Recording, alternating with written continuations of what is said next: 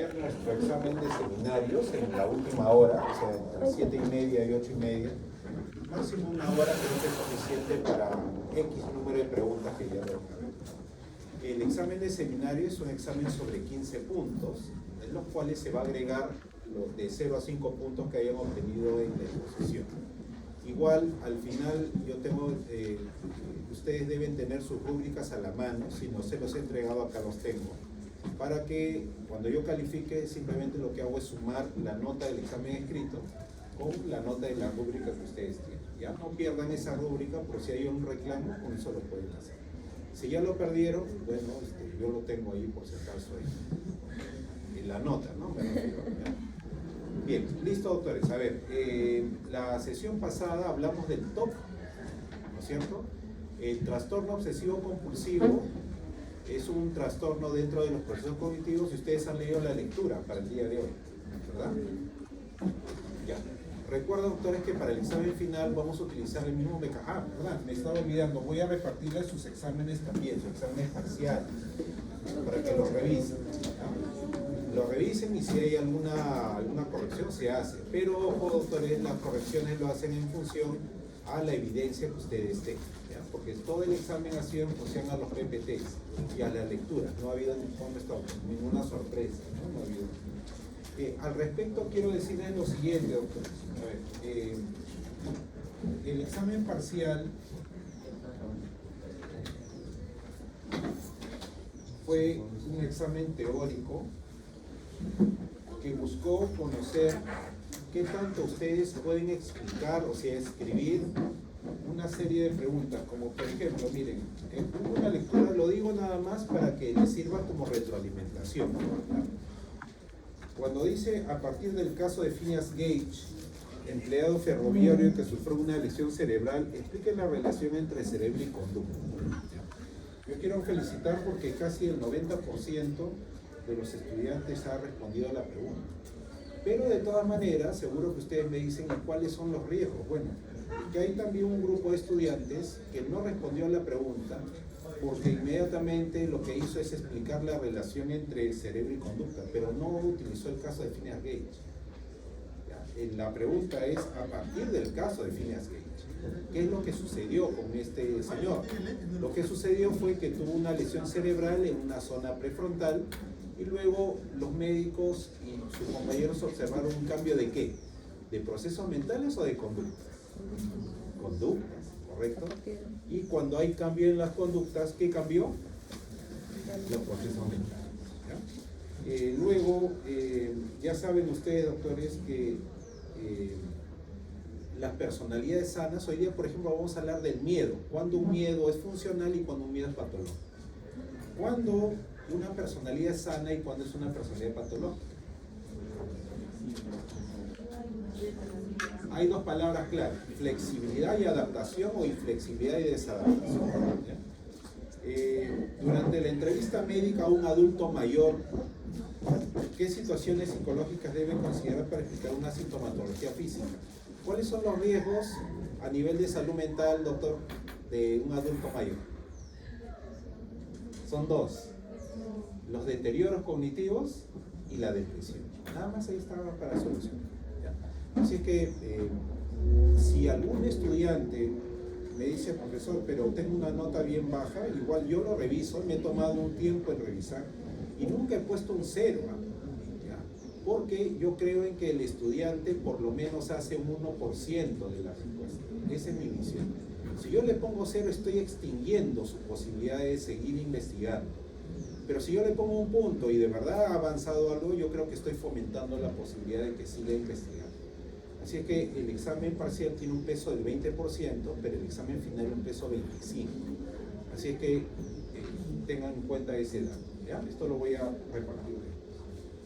Muy bien. A ver, ¿cuántos tipos de TOC existen?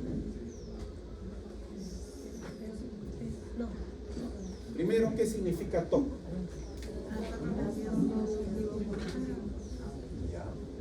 ¿Qué es la obsesión?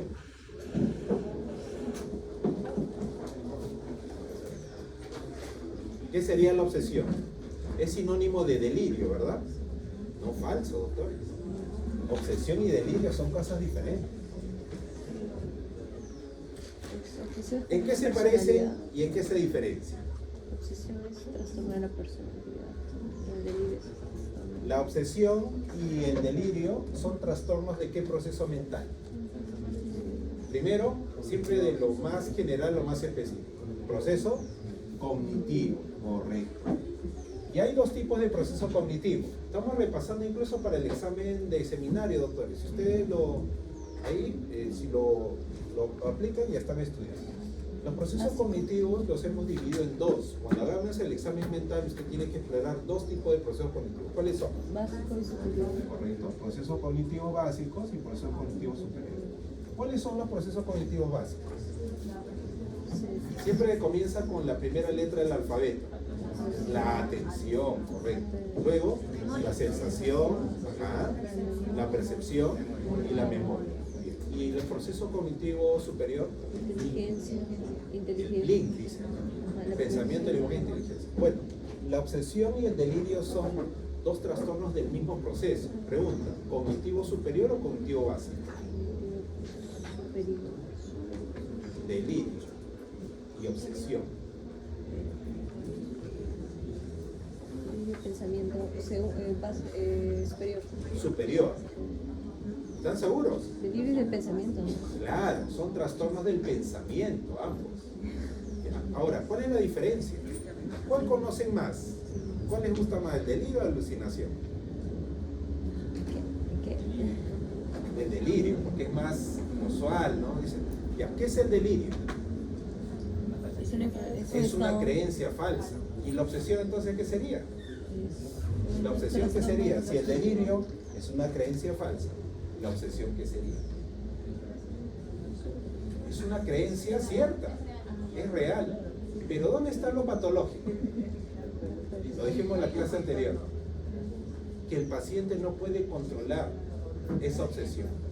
Bien, ahora, las obsesiones están caracterizadas por la triple I. Nunca se olviden la triple I. ¿Cómo es eso de triple I? Dice, no, yo sabía que hay triple A, ¿no? Ahí está. Las obsesiones, doctores, se presentan como ideas, se presentan como imágenes o se presentan como impulsos. Todas las obsesiones que según nos describen los manuales diagnósticos se presentan con alguna de esas tres I. Pueden estar juntas. ¿Cuándo es una idea? ¿Cuándo es una imagen? ¿Cuándo es un impulso? Las ideas generalmente están asociadas a información. Por ejemplo, ¿no? La idea de que me voy a contaminar. Por ejemplo, yo tengo acá una mota y la mota siempre desprende unas partículas de color oscuro y no me gusta verla que en la mesa de trabajo estén estas partículas. Y cada rato estoy haciendo esto. Pero eso no es una obsesión. Se convierte en una obsesión cuando dejo de verla y la idea es volver a revisar a ver si hay un puntito debajo. Y cualquiera de esas obsesiones me van a generar una compulsión. La compulsión son conductas. ¿Ya? Son conductas para disminuir la obsesión. Pero, ¿qué es lo que genera la obsesión? La obsesión genera angustia. El solo hecho de pensar que esa partícula oscura que yo estoy viendo aquí en la mesa, incluso hasta ni la veo si no estoy pensando durante la clase, pienso que puede ingresar en alguna parte de mi cuerpo y puede contaminar. Entonces, la obsesión puede ser una idea, un impulso, una imagen que genera angustia, y para disminuir la angustia, la persona realiza una compulsión. Ejemplo, el permanente lavado de manos. O me desinfecto, y es más, termino la compulsión y nuevamente puede presentarse la obsesión. Por eso les digo, la obsesión es incontrolable. Y generalmente el acto compulsivo es lo que se ve, porque las obsesiones nosotros no las vemos en los pacientes. Esa compulsión hace que el paciente tarde o emplee una hora, dice el DSM-5, por lo menos una hora, ese es el criterio temporal, al día en realizar esa acción. ¿ya? Pero dice por lo menos, imagínense que es 3 o 4 o 5 veces al día, ya cumple con esa figura. Bueno, la lectura, lo que quería que vean aparte son los criterios del TOC. Miren cuántos tipos de TOC hay. Ahí están las clasificaciones. Ustedes lo han leído. Y se parecen. A ver, ¿en qué se parecen esas clasificaciones? Contaminación. El TOC de contaminación es uno de los TOC más frecuentes. Sí. Pero hay TOC de orden, que ustedes están Acumulación viendo, también. ¿no? Y el TOC de simetría o acumulación. Esos TOC son los más frecuentes, ¿ya? Ahora, ¿puede haber obsesión sin compulsión? No. Sí, doctores, efectivamente, sí, No como- claro, pero ya no sería TOC, es un trastorno obsesivo. ¿Se acuerdan ustedes de la personalidad obsesiva? Que también lo vamos a evaluar en el examen de práctica. Sí. Los trastornos de personalidad, Sí. sus compañeros hablaron, dijeron, tengan cuidado, les dijo, yo me acuerdo todavía, que no se vayan a confundir con el TOC y el trastorno obsesivo de personalidad. El trastorno obsesivo es solamente la imagen, la idea o el impulso, pero no hay compulsión. ¿No? Ejemplo, antes de salir le habré dado la comida a mi perro antes de salir. Listo, me aparece la idea, pero no voy, pues no me regreso. Tampoco llamo, ¿no? Si se me viene nada más la idea. O sea, no me genera la angustia. Entonces, hay personas, por ejemplo, que yo he visto, dan sus exámenes y tienen sus neceser. El otro día estaba viendo la semana de exámenes y hay estudiantes que tienen su neceser, creo que le llaman, o su estuche de cartuchera, tienen lapicero de varios colores, ¿no? Ya. Y yo no sé si colecciona, pero sí hay un orden. Pero ¿qué pasa si alguien, si revisa, porque el que lleva cartuchera está revisando y imagínense le falta un color? Y eso le genera una angustia y hace que nuevamente se compre el lapicero, eso ya sería un TOC. O sea, pueden haber obsesiones sin compulsión, pero para que sea el trastorno obsesivo compulsivo, tiene que haber una obsesión que genere una angustia, y para disminuir la angustia, el paciente desarrolla la compulsión. ¿Listo? Ya. Doctores, entonces recuerden que las lecturas también vienen en el examen final. Sí. Si la compulsión es una consecuencia, ¿qué desencadena la obsesión? Miren, su compañera hace una buena pregunta. Si la compulsión tiene el objetivo de disminuir la angustia disminuye, ¿por qué se presenta la obsesión? Porque en realidad el problema no es la angustia, el problema de inicio es la obsesión. ¿Ya? Pero esa obsesión es la que genera angustia. Entonces, ¿cómo se interviene con el TOC? Se interviene primero desde el punto de vista si es crónico o es agudo. ¿Cuánto tiempo tiene la persona con ese tipo de trastorno? ¿Cómo debutó?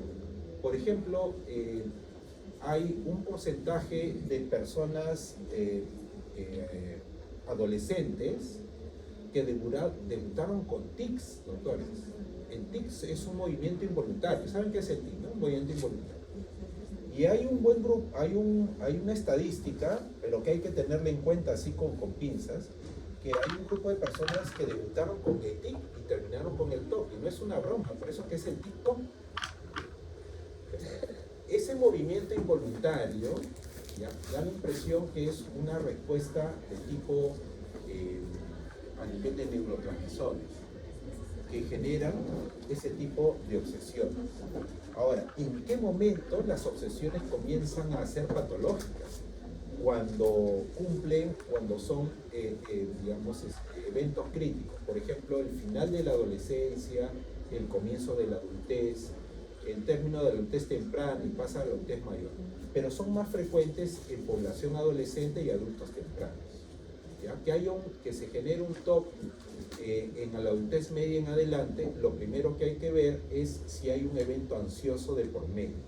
Vamos a ver en algún momento, doctores, que muchos trastornos que vamos a ver se traslapan. Lo que hacemos cuando analizamos a un paciente es siempre ver el dato actual y luego ir explorando. Entonces, si es un TOC crónico, la terapia farmacológica va a hacer que disminuya la actividad productiva del pensamiento, porque la obsesión es un pensamiento, o sea, es trabajar bastante. Entonces hay un recaptador y disminuye, pero disminuye la angustia. La obsesión siempre va a cumplir un objetivo, doctor. O sea, las obsesiones no son síntomas, digamos, improductivos, tienen sentido. Todos los síntomas, todas las compulsiones o todas las acciones, la actividad mental siempre es producida por una necesidad. Entonces, una vez que se controla la fase productiva del pensamiento, lo que tiene que hacerse es redirigir, darle un buen uso a esa obsesión, pero disminuir la intensidad, ¿no? Igual, y me quedo ahí, porque si no podría avanzar.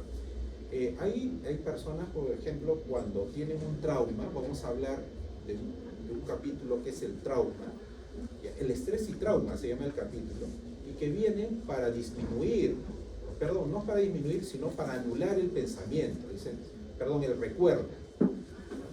Entonces, nosotros le decimos a la persona, viene como si fuera una cartuchera, a ver, cuénteme cómo sucedió el evento, y al final, como una impresora 4D, mientras la persona va hablando, entre comillas, se va formando el trauma, así está, o sea, así lo vemos nosotros. ¿Ya? En la siguiente sesión, se lo decimos cómo le hemos escuchado nosotros, y la persona ahora tiene que ver el trauma así. Y después, en la sesión siguiente, tiene que verlo así. Y después hacemos que lo vea así. ¿Qué estamos haciendo? Que la persona se enfrente al hecho traumático. O sea, el hecho traumático, doctores, no va a desaparecer. La historia que nosotros tenemos con personas no pueden olvidarse.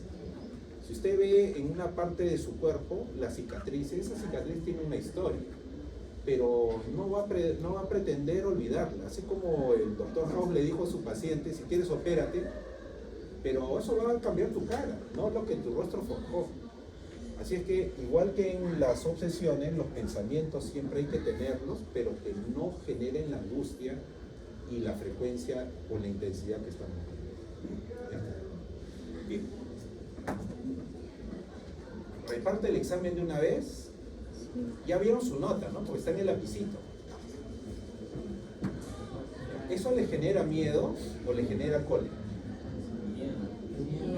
De eso vamos a hablar ahorita. Ansiedad. Doctora, iluminación, por favor. Guardia iluminación. Ahí está. Bien, doctores, de aquí en adelante, la clase siempre va a comenzar con un caso clínico, y estoy buscando, en la mayoría de los casos clínicos audiovisuales. Así que yo les recomiendo lo siguiente: como si estuvieran viendo un paciente, anoten los síntomas que la paciente o el paciente da, ¿ya? Como si fueran médicos que están entrevistando a una paciente. También recuerden el examen mental. ¿Se acuerdan la estructura del examen mental? ¿Cuántas áreas tiene? A ver, revísenla. Porque así ya los voy entrenando para el examen de la semana 15. A ver, examen mental. ¿Cuáles son? No, psicológicas, no, doctorita. Juicio. Excelente, muy bien. Perfecto. Entonces, cuando vayan entrevistando al paciente, ustedes progresivamente van diciendo, este dato va a tal área, este dato va a tal área. Ese es el ejercicio que van a tener que hacer, ¿ya? A ver, vamos a escuchar a una paciente. Y ustedes como médicos seguro que me van a dar la hipótesis orgánica. Siempre comenzamos por ahí.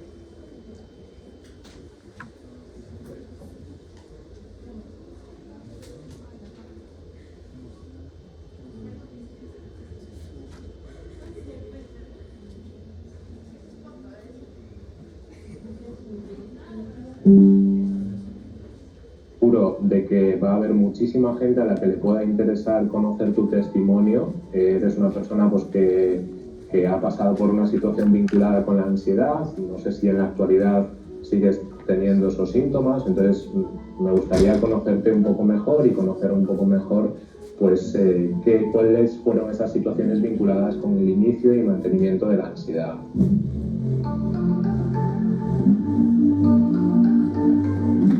Entonces, me comentas, Vanessa, para arrancar, ¿cómo se inició esa situación de ansiedad? Pues yo te cuento, más o menos esto hace alrededor de 2 años. Yo nunca me había escuchado ni qué era la ansiedad, ni tampoco conocía personas con ansiedad. Un día, de repente, a eso como de las 6 de la mañana, me despierto, pero me despierto con una taquicardia, con una sudoración, con una cantidad de síntomas que yo dije, me estoy muriendo, me está pasando algo, llamen a la ambulancia, porque realmente nunca había sentido. De hecho, ese día llamaron a la ambulancia a mi casa porque estaba muy mal, o sea, estaba muy mal, y empecé a gritar en mi casa, a decir que me ayudaran, que por favor, que algo me estaba pasando. O sea, era una ansiedad incontrolable.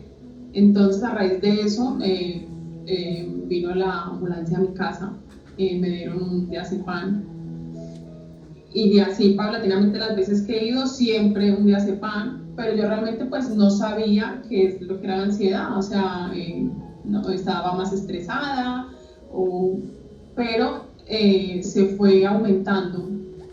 ¿Qué síntomas tuviste en esa primera ocasión? Como que, o sea, sensación como de irrealidad, o sea, yo creía que no, o sea, que no era posible que me estuviera pasando esto, el corazón, o sea, se me quería salir, pálida, o sea, me ponía los labios blancos o morados, sentía como calambres, sentía una debilidad impresionante, o sea, sentía unos síntomas como para desfallecer totalmente. Entonces, claro, el no saber qué era me generaba más ansiedad porque claro, nunca lo había vivido. Entonces, claro, ahí ese fue el primer episodio que se me empezó a generar la ansiedad. ¿Tenías miedo por tu vida o pensabas que tu vida podía peligrar, quizás?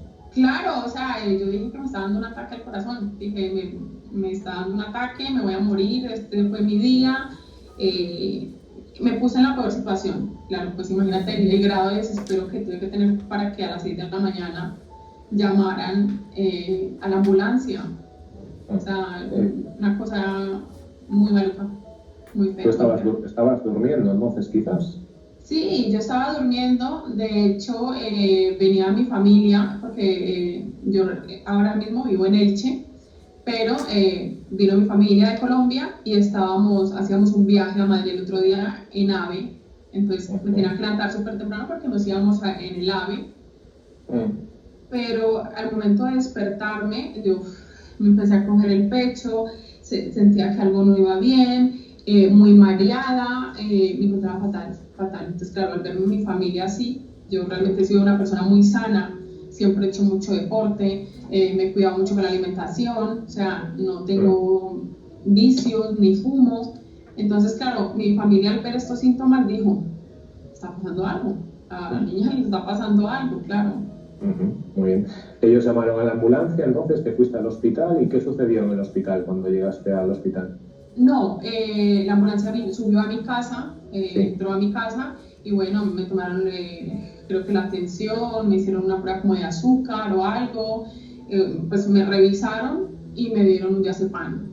O sea, pero claro, no entendía, y dije, bueno, a lo mejor algo pasó, no sé, me dieron el diazepam y bueno, ese día pues estuve un poco más tranquila. Los síntomas una temporada se calmaron mucho, o sea, dejó de aparecer, entonces yo dije, sí fue una cosa puntual.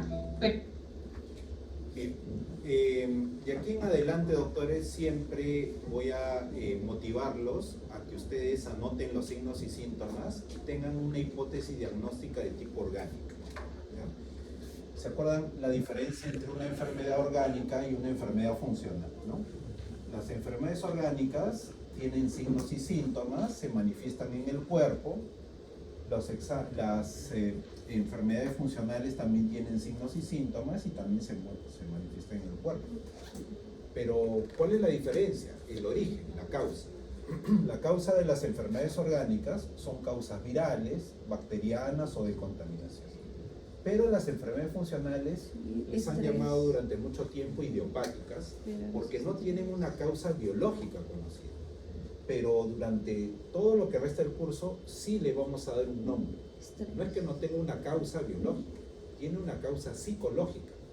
Y el mecanismo lo vamos a explicar. Entonces, la paciente tiene signos y síntomas. ¿Podrían mencionarme 3 signos y síntomas que la paciente describe?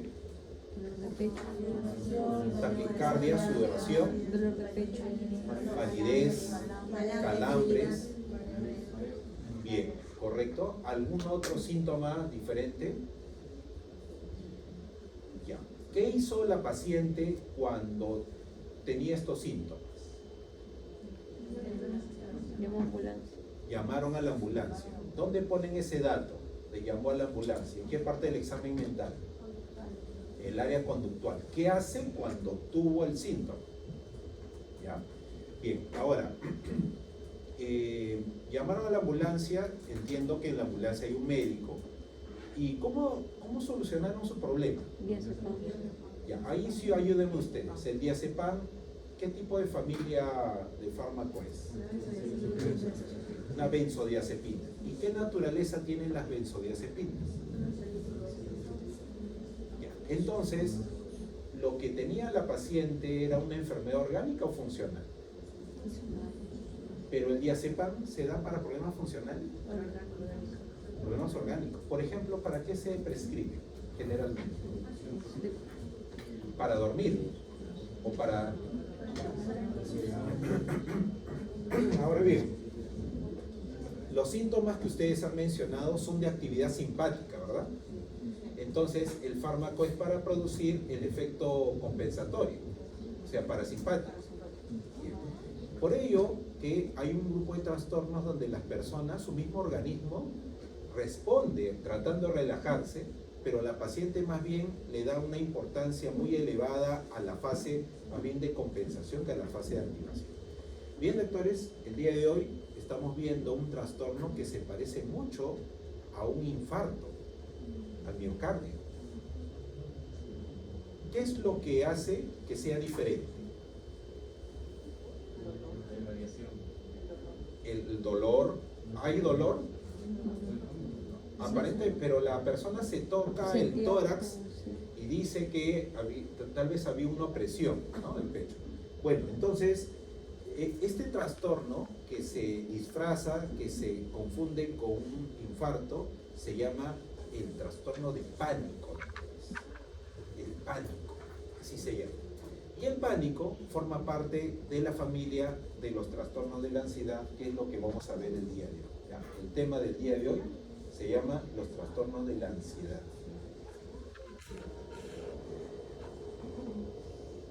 Vamos a ver lo que se llama el síndrome ansioso. Miren la pizarra. En la pizarra vemos proceso cognitivo y vemos proceso afectivo emocional. Mencione 4 trastornos de los procesos cognitivos. Lo hicimos en la clase anterior. 4. Los trastornos cognitivos que más suelen ver los médicos en atención médica primaria son 4. Primero, el TDAH. Trastorno por déficit de atención con hiperactividad. Luego, otro trastorno cognitivo, las demencias. También llamado, actualmente en el DSM-5 ya no hay demencias, ¿sabes? Se llama trastorno neurocognitivo mayor. Trastorno neurocognitivo mayor. Pero ojo, se hablan de demencias y entre ellas, en esa clasificación, la demencia frontotemporal es la más conocida, ¿no? Bien, no sigo porque si no voy a hablar de parte del examen y le voy a quitar la emoción. Luego vimos la esquizofrenia. ¿Esquizo qué significa? Esquizo, cada vez que escuchan la palabra esquizotípico, esquizoide, esquizofrenia, esquizo es dividido, es mente dividida. ¿Y cuál es la división? Fantasía, realidad. Fantasía, realidad. y vimos el trastorno obsesivo compulsivo. Ahí está. De estos 4 doctores, ya le hemos estudiado el TDAH en las exposiciones, las demencias. La esquizofrenia se caracteriza por la presencia de las 2 P, ¿no? De TP. Porque es un trastorno ¿de qué? P de percepción y P de pensamiento. ¿Cómo se llama el trastorno de la percepción? Muy bien, alucinaciones. ¿Y del pensamiento? Delirio. Perdón, el delirio. Ya hemos visto todo. En los procesos afectivos emocionales vamos a ver a 2, disculpen, síndrome ansioso y síndrome depresivo. Cada uno de ellos tiene sus hijos. Hoy ya vamos a centrarnos aquí, el síndrome ansioso.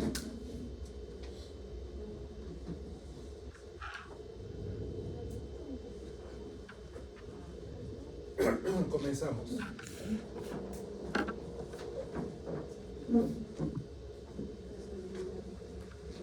Si ustedes observan esta imagen,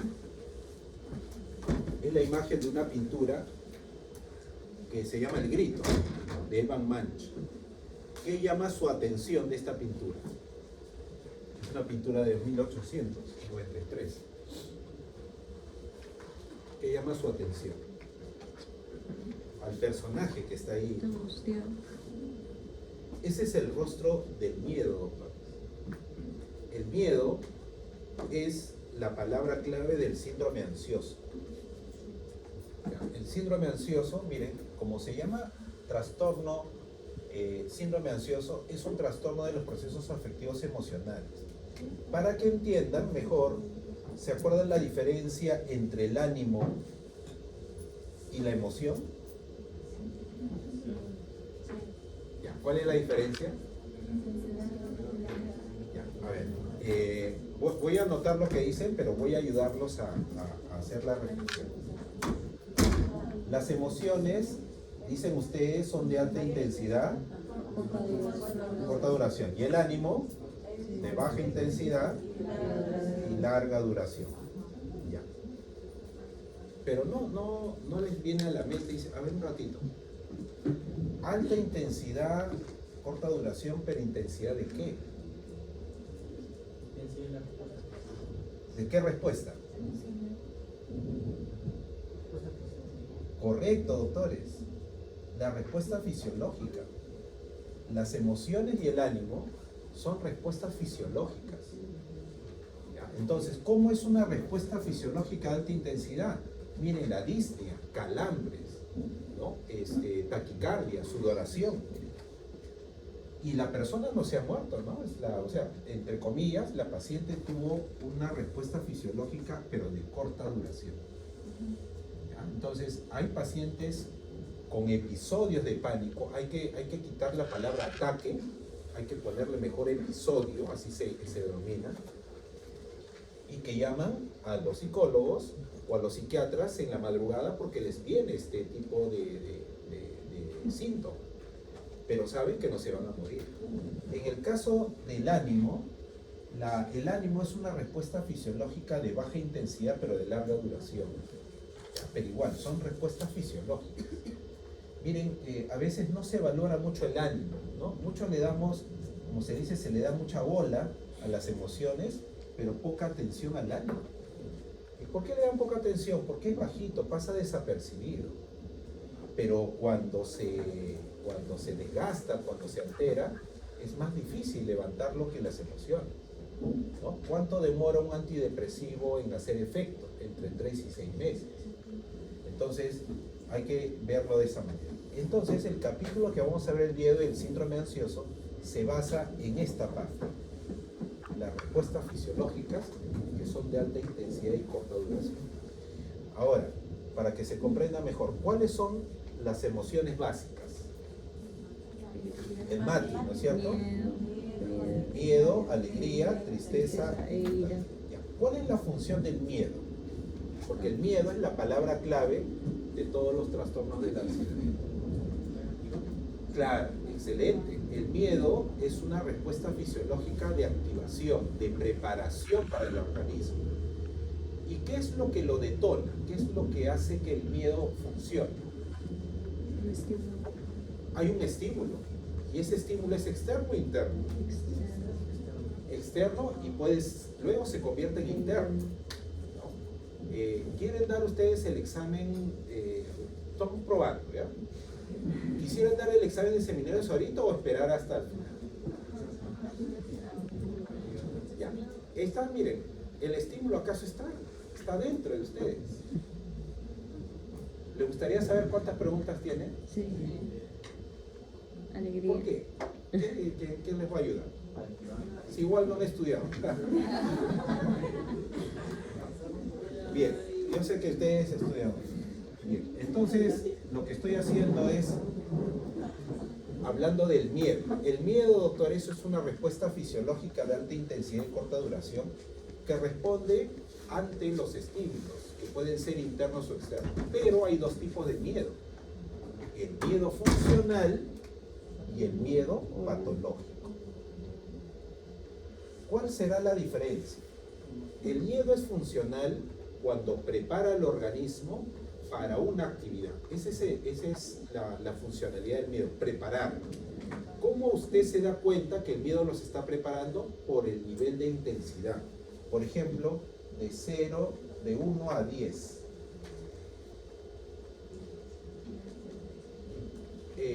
Un examen con un nivel de 0 en el miedo, probablemente la persona esté letárgica, es decir, medio somnoliente, ¿no? ¿Cuánto es el miedo de ustedes en el examen? 10. Miren, si fuera 10, yo sé que ustedes me dicen 10 bien difícil, pero si fuera 8, sería un miedo patológico desde el punto de vista de la intensidad, Sí. porque te bloquea. ¿Y qué bloquea? Todo lo que hemos estudiado. El Los conocimiento. procesos cognitivos, correcto, El ¿no? pensamiento. Por eso que las personas no le tienen miedo al examen, le tienen miedo a olvidarse de la información en el examen. Sí. Entonces, esas reflexiones, doctores, también son importantes que ustedes mismas se la vayan haciendo, ¿no? ¿Por qué le tengo? A ver, usted dice, vamos a hacer un ejercicio así rapidito. Mentalmente, escoge 2 situaciones que te generan miedo. A ver, identifica. No lo digas, pues no. Es algo muy, muy personal. 2 situaciones que te generan cólera, ira, rabia. Bien. Aunque hay una diferencia entre esos 3 conceptos, pero vamos a asumirlos como si no. Muy bien. ¿Y qué haces cuando tienes ese miedo y tienes esa cólera? ¿Qué haces? Duermo. Tercera pregunta. ¿Funciona? ¿Te ayudó? No te ayudó. ¿Qué otra cosa puedes hacer para disminuir ese miedo y para disminuir tu cólera? Contar. ¿Cuándo lo vas a poner en práctica? La próxima sesión, ¿me vas a contar cómo te fue? Ya. Cuando ustedes mismos se hacen esa pregunta, doctores, cuando estén en una situación crítica, están ustedes en su externado, en su internado, y están así críticos, vayan a un lugar y háganse esas preguntas, ¿no? Y si no, si una compañera o un compañero de ustedes está en una situación crítica, háganle esas 4 preguntas. Y van a ver cómo el miedo comienza a ser más funcional. El miedo es patológico. Pues miren, el miedo es funcional cuando prepara el organismo para una acción. Pero el miedo patológico es cuando te detiene, te bloquea. Ese es el miedo patológico. Entonces, doctores, bienvenidos al miedo, porque el miedo te tiene que activar, ¿ya? Pero no puede dejarte pegado, no puede sacarte del juego. ¿Cómo vas a hacer para convertir ese miedo patológico en un miedo funcional? Hacerte esas 4 preguntas. ¿Cuál es, y con esto termino, cuál es el vicio más improductivo que hacen las personas? Distraer el miedo con alcohol, ¿no? Con cábalas, con memes. ¿Ya? A veces pienso que la salud mental en nuestro país está basada en memes. Todo lo que vemos en memes, doctores, es salud mental, nos da risa. Miren, si no, en la noche las personas pueden dormir, ven TikTok, ¿no? Y las personas no nos reímos a veces de la misma acción, sino de los comentarios. Entonces, miren cuán productivos somos cognitivamente para generar risa, porque usted lo que da risa es cómo piensa la gente, ¿no? ¿Ya? Entonces, esa es la diferencia. Bien, ahora sí, volvamos al presente. Hay dos palabras clave que vamos a utilizar en el síndrome ansioso, que son la angustia y la ansiedad. ¿Ya? Entonces anoten, palabras clave del síndrome ansioso, SA, síndrome ansioso, es la ansiedad y la angustia. Pero son diferentes. A ver, la palabra más antigua que se ha encontrado en los textos es la palabra angustia, que es lo que vemos aquí en la pintura. La angustia, doctores, es un estado de malestar. Es un estado de malestar. ¿Ya? Y esa angustia no tiene un reconocimiento. Si ustedes le preguntan a la persona, pero ¿qué es lo que te genera angustia? No sé. Entonces se convierte en subjetivo. Es un miedo, es un malestar subjetivo. Hay adultos mayores, por eso le decía el tema anímico en los adultos mayores o en las personas adultas medias es, no sé lo que va a pasar, pero tengo el presentimiento que algo va a suceder. ¿Ya? Ese es el angustia. Cuando hablamos de ansiedad, doctores, la ansiedad es objetiva, porque tiene medición, y su medición es fisiológica. Por ejemplo, la taquicardia, identificar disnea, calambre, sudoración, es la manera objetiva de demostrar esa angustia. Y esta ansiedad se puede medir, es medible. Entonces, angustia y ansiedad son palabras, son sinónimos, pero el término de ansiedad es más objetivo que el término angustia. Sin embargo, en la terapia, ojo, esta información que yo les doy es una información que les va a ser útil a ustedes en el mundo biológico, ¿no? Pero si ustedes tienen un interés y quieren encontrar la naturaleza de la ansiedad, va a tener que centrarse en la angustia y no tanto en la medición. Porque la angustia, doctores, es subjetiva, es simbólica, ¿no? Hay personas, por ejemplo, que tienen temor, tienen miedo de no tener dinero, sobre todo los adultos mayores, y eso les quita el sueño, les disminuye el apetito, ¿no? Pero y la persona, usted de repente está más centrado en la parte de la medición, pero vamos a darnos cuenta que aquí están los temores más naturales, digamos, que tenemos las personas. La terapia está ubicada más acá. Pero para efectos clínicos, para el trabajo de ustedes, hay que centrarse en la ansiedad. Y esa es mi propuesta, salvo mejor parecer. Entonces, el trastorno de angustia se caracteriza por un miedo orientado hacia el futuro. Esa es la tercera palabra clave. A diferencia de la depresión, que tiene como base la tristeza orientada en el pasado, el síndrome ansioso tiene como insumo principal el miedo. Pero es un miedo orientado hacia el futuro. Tal es así que el texto, la narración que usted va a encontrar en los pacientes es este término. ¿Y qué pasa si?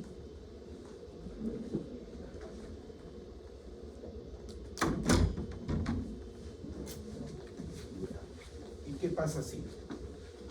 El paciente dice, ¿y qué pasa? Ustedes escucharon a la paciente, ¿y qué pasa? Pensé que me iba a morir, ¿no? ¿Y qué pasa si no venía la ambulancia? ¿Qué pasa si no tomo mi medicina? Es decir, el paciente ansioso tiene esa narración. Siempre que pasa ahí, ¿qué pasa así? Porque es un miedo orientado hacia el futuro. Esa es la característica de todos los síndromes ansiosos, ¿ya? Bien, ahora, ese miedo que tiene el paciente es un miedo que genera fuga o ataque. Por lo tanto, ¿qué tipo de miedo será? ¿Funcional o patológico? patológico, ¿correcto? Y en caso severo es paralizante. En otras palabras, doctores, cuando ustedes o un familiar tenga miedo, no le evite esa respuesta. O sea, por ejemplo, ese término, oye, tranquilízate, ¿por qué te pones así? Va a hacer que el paciente se angustie más. Entonces, ¿cómo debemos afrontar desde el punto de vista? Dejarlo que la persona sienta miedo. Y dices, está bien, sí, yo te acompaño. En esa compañía, ustedes van a darse cuenta cómo el paciente intenta manejar el miedo, porque también es una respuesta cultural. Todos en algún momento, bueno, dependiendo de la edad, hemos tenido formas de manejar el miedo, ¿no? Bien, ahora, los trastornos de la angustia son de 3 tipos, doctores. Mira, acá en esta diapositiva hay 4, pero vamos a trabajar 3. Pero para que ustedes tengan la idea, el trastorno más frecuente dentro de todo el síndrome ansioso es la ansiedad generalizada, ¿ya? Así se llama, trastorno de ansiedad generalizada. Acá en el síndrome ansioso, trastorno de ansiedad generalizada, también conocida como el TAG.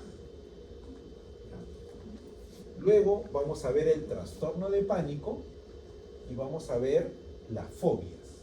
Esos son los 3 hijos del síndrome ansioso que vamos a trabajar. Ya, voy a ponerlo por acá. Los 3 hijos son, primero, lo que hemos visto el día de hoy es el trastorno de pánico. Luego vamos a ver el trastorno de ansiedad generalizada y vamos a ver la fobia. Esos son los 3 hijos del síndrome ansioso. En la diapositiva hay un término clínico más, que es el trastorno de ansiedad por separación, que es propia de pacientes pediátricos, ¿no? En algún momento ustedes deben haber escuchado, o no sé si lo han experimentado, ese estado de angustia por el temor a que la madre o el padre los abandone, o sea, se vayan de viaje, porque es muy frecuente en niños que tienen este tipo de papás que tienen esas tareas. Hasta ahí no sé si hay una pregunta, doctor. Sí. Fobia. Las fobias. Sí. Entonces, miren, fobias, trastorno de ansiedad generalizada y trastorno de pánico, son trastornos que tienen como base ¿qué emoción? El miedo. ¿De qué tipo? Patológico. ¿Es lo mismo la angustia que la ansiedad? O sea, fenomenológicamente son lo mismo. Pero, ¿cuál es la diferencia que ustedes notan? Por lo menos lo que está en la pizarra. Correcto. La ansiedad se puede medir y se puede medir fisiológicamente, ¿ya? Pero la angustia es más subjetiva. La angustia se escucha, la ansiedad se ve. Ahora, ¿y cómo se ve la ansiedad? ¿Usted como médico puede ver la respuesta ansiosa de su paciente? ¿Cómo lo ve? Miren acá. ¿Dónde se ve? En el cuerpo. En el cuerpo de las personas. ¿Ya? Más adelante voy a hacer una reflexión sobre el tema de neurociencia, porque ya es necesario que los manuales de intervención en psicopatología hablen de la naturaleza del cuerpo, doctores. El cuerpo tiene un lenguaje, tiene una filosofía, tiene todo un marco teórico. Por eso que hay personas con trastorno de conducta alimentaria, porque el problema es el miedo a engordar, o sea, es el cuerpo. Las personas que van a los gimnasios, una vez fui a pedir informes nada más. ¿Cuál será su motivación? ¿Por qué duran tanto tiempo en el gimnasio? ¿Será una obsesión? ¿O es por la salud? ¿O es el cuerpo lo que nos lleva? Principalmente es corporal, ¿no? Claro, entonces la angustia está alojada en el cuerpo, ¿no? Y si esa persona es endomorfa, ¿podrá ser mesomorfa alguna vez? O sea, hay naturalezas, doctores, que las personas cognitivamente piensan que la van a cambiar y lo quieren cambiar con la comida, pero ese es un tema del biotipo. Ya, bien, seguimos entonces. Vamos a ver ahora al DSM-5 y vamos a ver el trastorno de ansiedad generalizada.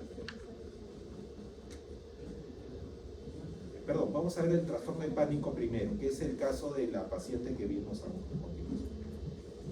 si tienen su manual a la mano, página 208. A ver qué les parece si todos lo descargan, a ver, todos los que puedan o los que quieran. Entren a Google, pongan DSM-5 y hay una descarga gratuita. Ya, un par de minutos, y yo luego continúo. También está, yo lo puse en el aula virtual, sí, pero a veces hay estudiantes me decían que no abría, pero si no, descárguenlo en su mismo dispositivo. En el examen de casos clínicos usted va a tener que aprenderse de memoria, así que es bueno que lo revisemos. Sí, en los casos clínicos los criterios diagnósticos tenemos que aprenderlo de memoria. ¿Sí? Bien, página 208.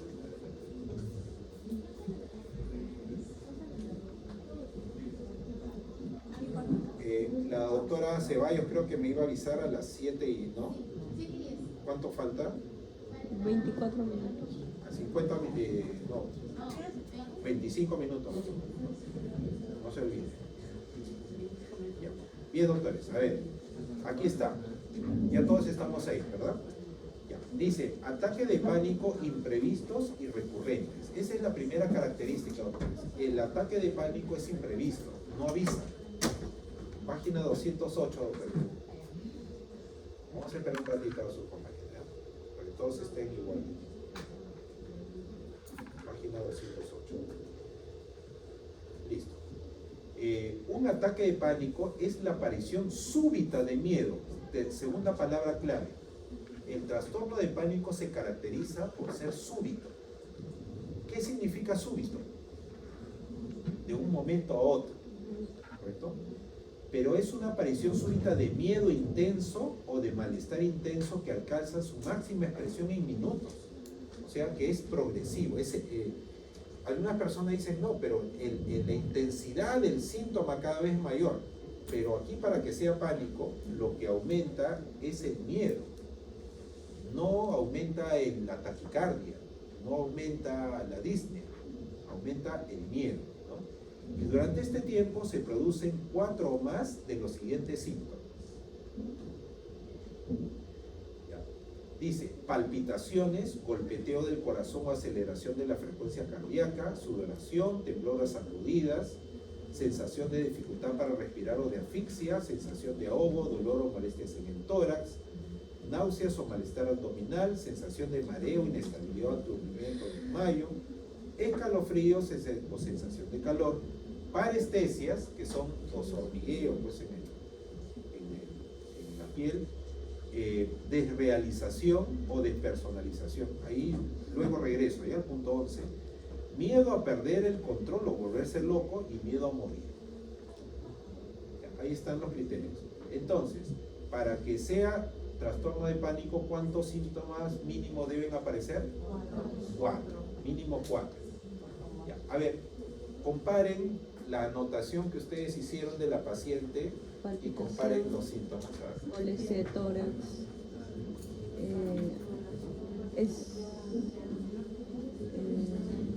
miedo a morir. Ajá. Y sensación de irrealidad, creo, ¿no? Claro, muy bien, muy bien. No mencioné escalofríos, no mencioné sensación de calor. Sin mareos, ¿no? Sí. Mire, la diferencia entre desrealización y despersonalización, ahí, si ustedes se dan cuenta, estos son los términos más abstractos, ya son nuevos. Cuando se habla de desrealización, se está viendo cómo la persona percibe la realidad. Desrealización significa, no puede ser cierto lo que está sucediendo. Lo que pasó en el repechaje, no sé si se acuerdan ustedes, para el mundial anterior, hay muchas personas que decían, no puede ser lo que estamos viendo. ¿Ya? O despersonalización. ¿Ya? Este es un fenómeno más individual. La propia palabra los va a ayudar. Despersonalizarse significa que la persona nota una división entre su pensamiento y su emoción. A ver, ¿alguno de ustedes ha estado hospitalizado, hospitalizada, o ha estado en cama, en casa durante 3, 4 días sin salir, y cuando ha salido a ver las cosas distintas, Sí. ya, esa primera impresión todos los días se llama despersonalización. ¿Ya? Y la despersonalización, doctores, cuando es crónica, nos habla de una psicosis. Por eso es una despersonalización, o sea, es dividido, pues, es esquizo. ¿Ya? Bien. Luego, dice al menos uno de los ataques le ha seguido al mes uno de los hechos siguientes: inquietud o preocupación continua acerca de otros ataques de pánico. Ahí está lo que pasaba con la persona. La paciente que vimos, ¿cuántas atenciones habrá tenido? ¿Fue una nada más? 2. Fueron mínimo 2. 2 aeropuertos y después en su casa. ¿no? En casa, correcto. Entonces, cuando los episodios van siendo frecuentes, ya comienza a llamarse trastorno. Mientras tanto, es un episodio. Cuando los episodios son frecuentes, al menos una vez al mes, entonces ya se convierte en un trastorno de pánico. Bien, palabras clave entonces del trastorno de pánico. Su aparición es súbita, ¿correcto? Imprevista. Y sobre todo, doctores, no hay un motivo que lo desencadene. Y generalmente puede aparecer en las mañanas, la paciente se despertó con toda la sintomatología, puede aparecer también en la tarde, ¿no? Ya, o en algún momento del día, pero no está relacionado con un evento inmediato anterior. O sea, no está relacionado con el despido de un trabajo, la ruptura amorosa, de repente un asalto, etc. Sí, ¿ustedes qué dicen? Sí, mencionó también la paciente que está en el avión y se levantó. O sea, no mencionó si fue en el día o en la noche. Solo mencionó que estaba en el avión, se levantó y le dio su ataque. Correcto. Entonces sí. no podemos especificar si fue en el día o en la noche. Así es, por eso es que es súbito, o sea, en cualquier momento, y sobre todo se convierte en un trastorno de pánico cuando hay una preocupación continua acerca de futuros ataques. Ya, ahí ya se constituye en un problema de trastorno de pánico. Muy bien, vamos a seguir ahora entonces con la diapositiva. El trastorno de ansiedad generalizada, ya hemos hecho pánico. El trastorno de ansiedad generalizada, si ustedes se dan cuenta, se caracteriza por la presencia de 3 situaciones orgánicas y una de tipo subjetiva. Por ejemplo, el trastorno de ansiedad generalizada se caracteriza por la presencia de una tensión motora. La palabra tensión también es otra palabra que está asociada a la ansiedad. Usted dice, no, esta persona es intensa, ¿no? No es lo mismo que intenso. La presencia de la tensión. ¿Cómo es una tensión en física? ¿Cómo es el mejor ejemplo de tensión? Una sola. Claro, la cuerda de una guitarra. ¿Y es lo mismo que estar templado? No. O sea, criolmente templado le llaman el enamorado. Sí, doctores, porque el primer estadio de toda situación de inicio de una relación afectiva es tensa, hay una tensión. Luego ya se va distendiendo, ¿no? Bueno, depende también de la persona con quien esté. Ya está. Mire, en la tensión motora, el paciente tiene una imposibilidad de relajarse. La pregunta es, ¿cuál es el objetivo de la tensión? ¿Por qué existe tensión? ¿Cuál es la emoción que desata la tensión? Tensión. El miedo, doctores. El miedo generalmente genera tensión, pero no todo miedo genera tensión. Eso estamos hablando del miedo patológico. Entonces vamos a ver que la persona, al no poder relajarse, va a tener no solamente espasmos, sino temblores, fatiga y dolores musculares. Entonces, cuando la persona dice, no, creo que estoy estresado, no, me duele el cuello, y la tensión, ese estrés nos está llevando primero a un tema de ansiedad. Antes que estrés, hay que pensar que se trata de ansiedad. En segundo lugar, el sistema nervioso simpático trabaja más, por eso que se llama hiperactividad autonómica. Y aquí están todas las sintomatologías, ¿no? Sudoración, resequedad de boca, parestesias. Este tema de la diarrea creo que no va acá, porque la diarrea, me han explicado más, es de tipo parasimpático, ¿ya? Bien, palidez, aumento de pulso y de respiración. El tercer punto, miren, ya vamos pasando de un evento biológico a un evento más de tipo psicógeno, la hipervigilancia. El paciente con ansiedad generalizada es un paciente que tiene el radar prendido 24/7. Esa es la característica. Por eso es hipervigilante. Por lo tanto, por eso que no duerme, pues. Y como no duerme, está distraído. Y como no duerme, está distraído, está irritado. Todo tiene secuencia. Hasta que aparece un evento que no está en los tres anteriores. Miren, si ustedes se dan cuenta, los dos primeros son de tipo fisiológico. El tercero parece ser más de tipo psicológico, cognitivo, si ustedes quieren, pero luego aparece este estado subjetivo de aprehensión. La palabra aprensivo significa miedoso. Así es que si usted quiere tener un vocabulario diferente, no, en vez de decirle miedoso, eres aprensivo, ¿no? ¿Qué significa? Que la persona tiene una expectativa, tiene la idea de que algo va a pasar con alguien, no sabe a quién, pero tampoco sabe qué, no puede precisar. Entonces, esto es lo que, este síntoma es lo que marca la diferencia de todos los síndromes ansiosos, que tienen el presentimiento de que algo va a pasar, pero no saben qué. Ese presentimiento es, en otras palabras, miedo, ¿no? Tienen miedo que algo les pase. Por ejemplo, una madre o un padre ansioso que escribe a sus hijos y no le responden al celular, inmediatamente comienza a tensionarse. Luego se activa y es posible que la persona termine una emergencia, miren. Y si está 24/7 y los 365 días del año, es una persona que va a tener problemas de irritabilidad, se va a confundir muchas veces con la depresión. Y cuando ustedes la entrevistan, dicen, tengo la idea de que algo va a pasar, pero no sé por qué, ¿ya? No sé qué. Pregunta, ¿por qué se llama trastorno de ansiedad generalizada? Por dos situaciones, doctores. Primero, porque abarca todo el sistema, tanto físico como psíquico, y en segundo lugar, abarca las áreas de la vida principales. ¿Cuáles son las áreas de la vida? El ambiente familiar, laboral, académico y social. ¿Ya? O sea, una persona con trastorno de ansiedad generalizada está así en el colegio, está así en la universidad, está así en el trabajo y en la casa. Por eso se llama el trastorno de ansiedad generalizada.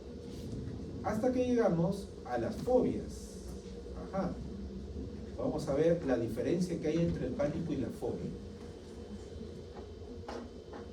Les doy 2 minutos para que lean la PPT en silencio y luego yo les digo. A ver, identifiquen dónde está la diferencia.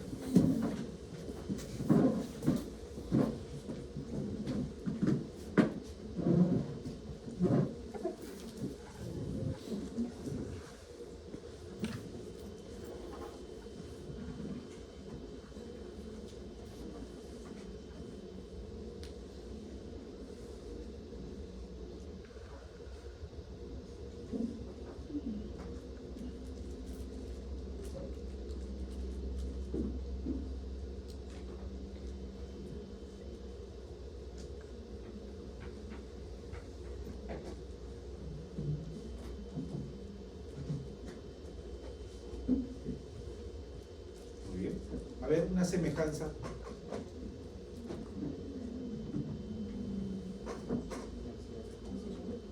Correcto, forman parte del síndrome ansioso. ¿Y por qué forman parte del síndrome ansioso? ¿Qué los hace ser hermanos? El miedo, correcto, orientado hacia el futuro, siempre, ¿no? Bien. Ahora vamos a ver las diferencias. ¿Cuál sería la diferencia? Perder la conciencia y Correcto, muy bien. En el caso de la fobia, se identifica el objeto fóbico. O sea, la respuesta ansiosa viene ante la presencia del objeto fóbico. En cambio, en el pánico no hay un objeto, no hay un estímulo que desencadene ese miedo, ¿no? Incluso en el caso de la fobia, el objeto puede no estar presente inmediatamente, ¿no? Otra característica es que nosotros vemos que los pacientes reconocen tanto en la fobia como en el pánico que su miedo es irracional. ¿Qué significa irracional? Que pueden controlarse, que no es para tanto, pero no pueden evitarlo, doctores. Igual que en el TOC, que el paciente no puede evitar controlar la obsesión, en el paciente ansioso no puede controlar el miedo, ¿ya? Las fobias más frecuentes, ¿cuáles serán? ¿A qué le tienen miedo? O sea, en la escala de miedo, ¿cuáles son los objetos fóbicos más frecuentes? Lo más frecuente desde el punto de vista de la epidemiología, doctores, es la agorafobia. Ágora. ¿Qué significa ágora? Ustedes han visto los patios grandes en Grecia, ¿no? El ágora es un patio grande, o sea, la agorafobia es el temor a los lugares abiertos, amplios. ¿Cuál sería el contrario? La claustrofobia, claro. ¿Y cuál es el objetivo? O sea, ¿por qué le tiene miedo el paciente al espacio abierto? ¿Está expuesto? Miedo a lo desconocido, está cerca, está expuesto. Tiene sentido la claustrofobia, ¿verdad? Porque es un espacio cerrado, reducido. Bueno, el paciente agorafóbico siempre piensa, ¿no? ¿Y qué pasa si? ¿Qué pasa si hay un temblor? ¿Por dónde corro? ¿Dónde voy? O sea, si todo es amplio, no tengo de dónde agarrarme, de dónde referirme. Ese es el temor más frecuente, seguido de la fobia social, ¿ya? De la fobia social. Bien, ya hablamos del trastorno de pánico, ahora vamos a ver este caso clínico. Cuando hablamos, antes del caso clínico, cuando hablamos del trastorno de ansiedad generalizada, nuevamente vemos el manual diagnóstico del DSM-5 y encontramos lo siguiente. Dice ansiedad y preocupación excesiva. Esta es otra palabra clave. Muchas veces los pacientes ansiosos le dicen, doctora, estoy preocupada o estoy preocupado. ¿Y por qué hago esta aclaración? Porque el paciente se está anticipando. Miren, preocupado, o sea, todavía no sucede algo, pero el paciente ya lo está pensando. Por eso se llama anticipación aprensiva, o sea, anticipación miedosa. La palabra aprensiva es miedosa, que se produce durante más días de lo que ha estado ausente durante un mínimo de 6 meses. Ahí está el criterio, digamos, temporal. ¿Qué significa? Para que sea trastorno de ansiedad generalizada, hay una anticipación aprensiva y en 6 meses son más veces lo que ha ocurrido que los días en que ha estado inactivo este síntoma. ¿Ya? Al individuo le es difícil controlar la preocupación. La preocupación es una idea, preocupación, esa es una idea. La ansiedad y la preocupación se asocian a 3 o más de los 6 síntomas siguientes, al menos algunos síntomas han estado presentes durante más días de los que han estado ausentes. ¿Cuáles son? Inquietud o sensación de estar atrapado o con los nervios de punta. Aquí les pido un poquito de paciencia porque es bastante profuso, pero yo lo voy a leer y luego ustedes ya lo van a estudiar, ¿no? 2. Facilidad para fatigarse. 3. Dificultad para concentrarse o quedarse con la mente en blanco. 4. Irritabilidad. 5. Tensión muscular. 6. Problema de sueño. Ahí está. Y luego habla ya de la ansiedad o preocupación o los síntomas físicos causan malestar clínicamente significativo. Y todo lo demás, y ya lo hemos visto en la diapositiva anterior. Entonces, doctores, para terminar, ¿qué les llama la atención de estos criterios de la ansiedad generalizada? De estos 6 criterios, de los cuales deben haber ¿cuántos? No dice 3 Bueno, o más de los 4 era del pánico. pánico. Ah, aquí es 3, ansiedad generalizada. Acá dice 3 de 6. De esos 6, ¿cuál es el que más llama su atención? ¿En qué sensación de estar atrapado? Con los nervios de punta. Cuando un paciente le diga al doctor, no sé, tengo los nervios de punta, estoy en crisis, a eso se refiere. Facilidad para fatigarse, ¿no? Dificultad para concentrarse, quedarse en mente para blanca. contemplar. La tensión muscular, doctores, esto es típico. Y los problemas de sueño y la irritabilidad. ¿Ya? Bien. No sé si hasta acá hay alguna pregunta, doctores. Hemos visto entonces, el día de hoy, el tema del síndrome ansioso. Voy a hacer las conclusiones, la recapitulación.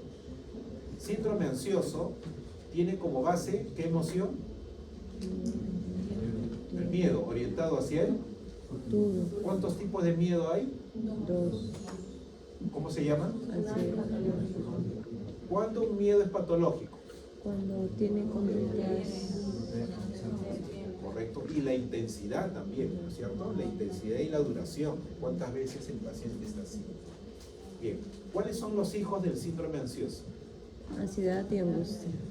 Trastorno de ansiedad generalizada, Fobia. pánico y fobia. Perfecto. ¿Cuál es la característica del trastorno de pánico? Episodios recurrentes. Son episodios recurrentes, son súbitos. ¿Qué es lo súbito? Así cuando le digo intenso, es la respuesta fisiológica. ¿Qué es lo súbito? Los síntomas. O sea, los síntomas, la respuesta simpática son súbitas. O sea, la taquicardia, la disnea aparece de un momento. Y dígame, ¿es progresivo o se estanca? Es progresivo, correcto. Bien. Ya, y de la fobia, ¿cuál es su característica? ¿Qué lo diferencia de los dos anteriores? Hay una causa. Hay una causa, muy bien. ¿Cuál es su sintomatología? Reacción excesiva. Claro, la respuesta simpática también. Perfecto. No puede controlarse. ¿Y el paciente lo puede controlar? No lo puede controlar. Bien, y finalmente el trastorno de ansiedad generalizada.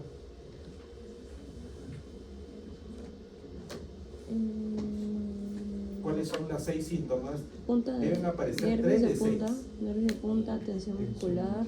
Tensión motora, excelente. Nervios de punta. Irritabilidad, problema de sueño. ¿No? Etcétera. Ya. Bien, doctores, entonces ya hemos visto. Miren, ¿cuál sería el diagnóstico de este caso clínico? Así más o menos viene el examen del caso clínico. Usted dice, ¿qué? ¿Así de extenso? Sí, doctor. Pero por eso poco a poco van a ir leyendo. Poquito a poco. Es el trastorno de pánico, creo. A ver, hay que leer hasta el final. Por palpitación. Se va preparando la doctora Ceballos. Ella va a exponer unos 5 minutos y luego comenzamos el examen de seminarios. Hoy día nos vamos más temprano, el que termina se retira. Termina el examen y se retira. El profesor sí se queda hasta el final.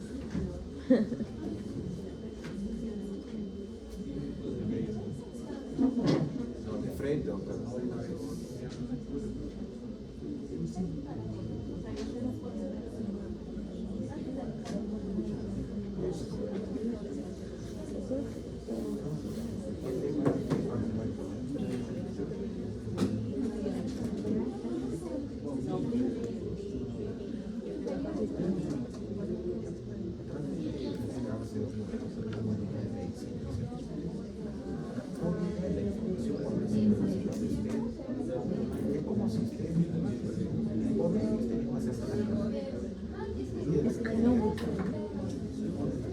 Ahorita lo llamo. Dice que se prepare. Tiene PPT, ¿no? Bien, doctores, ¿cuál sería el mejor diagnóstico para este caso clínico? Fobia creo. Fobia. Fobia o generaliz... No, es trastorno de Es pánico. súbita la aparición de los... ¿no? Está asociado, ¿verdad? A experiencias externas. Efectivamente, este es un caso de fobia. ¿Y qué tipo de fobia sería? ¿Es una agorafobia? O sea, es un temor a espacios abiertos. No, A las personas, correcto, ahí está, doctores. Es una fobia social. Por ejemplo, acá concretamente, ¿cuándo comenzó el problema ansioso? Una kermés, una feria vocacional, luego una kermés.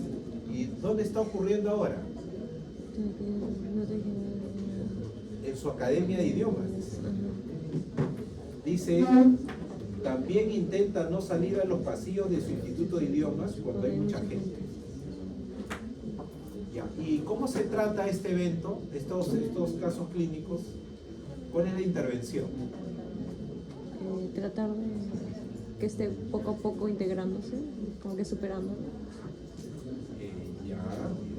Con pocas aglomeraciones, poco a poco, ¿no? ¿Se acuerdan de la pregunta? Cuando un paciente tiene un problema emocional, ¿tiene un problema mental o cerebral? Ambos. Ambos, correcto. Primero, ¿por qué ambos? A ver, porque hay que encontrarle la lógica. No es que el profesor dice y ahí sí hay que decir no. Sino, si usted medica, solamente medica, ¿ya? El proceso que está generando este tipo de temor es el proceso cognitivo. Por eso que la indicación farmacológica va a sedar al paciente, no se va a poder trabajar con el pensamiento que está erróneo. Entonces, es tratamiento farmacológico y psicoterapéutico. Por eso que es un problema cerebral, pero también es un problema mental. Entonces, aquí lo que tenemos que hacer es el médico, o sea, ustedes y el médico especialista, el psiquiatra, lo que va a hacer es valorar cuánto tiempo está así este señor.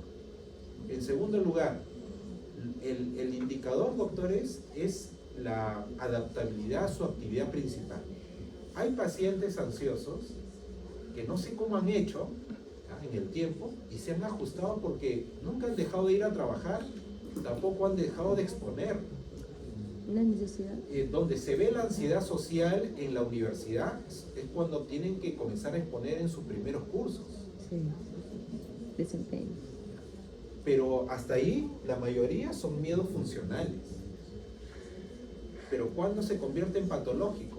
Cuando la persona no viene a exponer y le dice al profesor o profesora que tuvo un problema de salud y luego no viene, ya estamos hablando que probablemente sea un problema evitativo de la personalidad, ya se convierte en un patrón, simplemente por evitar. Por eso, doctores, cuando ustedes observen en ustedes mismos, porque la ansiedad se debuta tempranamente, la ansiedad se debuta en la niñez y los síndromes como tal en la adolescencia, y vean que el miedo es patológico, hagan que la persona tenga una supervisión, porque cuando no se trata la ansiedad, luego se pasa al ánimo, y del ánimo, los problemas de ánimo terminan en autolesiones y muchas veces terminan en accidentes, ¿no? Entonces, todo pudo haber sido resuelto tempranamente. Listo, doctores, no sé si tienen una pregunta hasta aquí. ¿Ninguna? Listo. Doctora de iluminación, regresa a la luz. Adelante, doctora Ceballos. Ah, es verdad, si terminan temprano, que luego van a terminar temprano el examen, les reparto los exámenes parciales.